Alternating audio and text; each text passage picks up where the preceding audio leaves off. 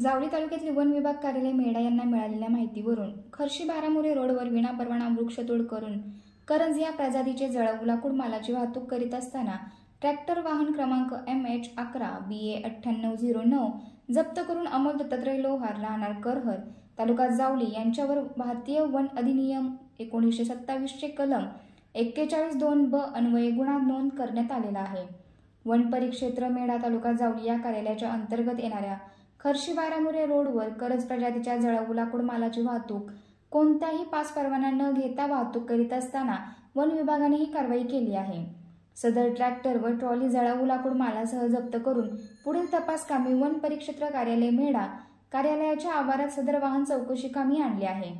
या कामी वनरक्षक मेढा अति हुमगाव यांनी प्रथम गुन्हा नोंद केलेला आहे। ही कारवाई माननीय उपवन संरक्षक सातारा श्रीमती आदिती भारद्वाज व माननीय सहाय्यक वन संरक्षक वनीकरण सातारा श्री महेश झांजुने यांच्या मार्गदर्शनाखाली वन परिक्षेत्र अधिकारी मेढा अर्जुन गंभरे, वनपाल मेढा रझिया शेख, वनरक्षक संगीता शेळके, वनरक्षक SD चौगुले, वनरक्षक अनुजा काळे व कर्मचारी वर्ग यांनी केलेली आहे। या कारवाईमुळे वन परिक्षेत्र मेढा व संबंधित सर्व अधिकाऱ्यांवर जावळी तालुक्यातील सर्व स्तरावरून कौतुकांचा वर्षाव होऊ लागला आहे।